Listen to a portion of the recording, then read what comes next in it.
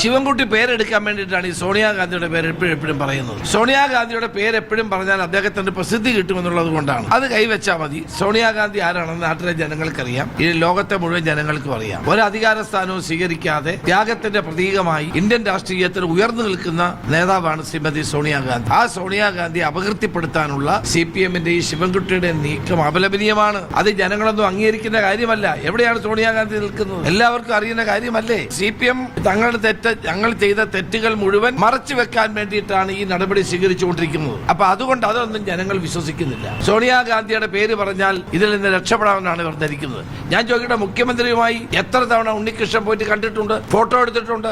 ആംബുലൻസിന്റെ key കൈമാറുന്ന photo നമ്മളെല്ലാം കണ്ടതല്ലേ? ഒരു ഫോട്ടോയുടെ പേരിൽ ഒരാളെ ഞങ്ങളാരും കുറ്റപ്പെടുത്തിയിട്ടില്ല. അപ്പൊ നമ്മൾ നടന്നു പോകുമ്പോൾ എത്ര പേര് നമ്മുടെ ഫോട്ടോ എടുക്കും? ചിലപ്പോൾ അയാൾ കള്ളനാണോ കൊള്ളക്കാരനാണോ നമുക്ക് എങ്ങനെ അറിയാൻ പറ്റും? ഫോട്ടോയുടെ പേരിൽ ഒരാളിനെ കുറ്റപ്പെടുത്തുന്നത് ഞങ്ങളാരും കുറ്റപ്പെടുത്തിയിട്ടില്ല.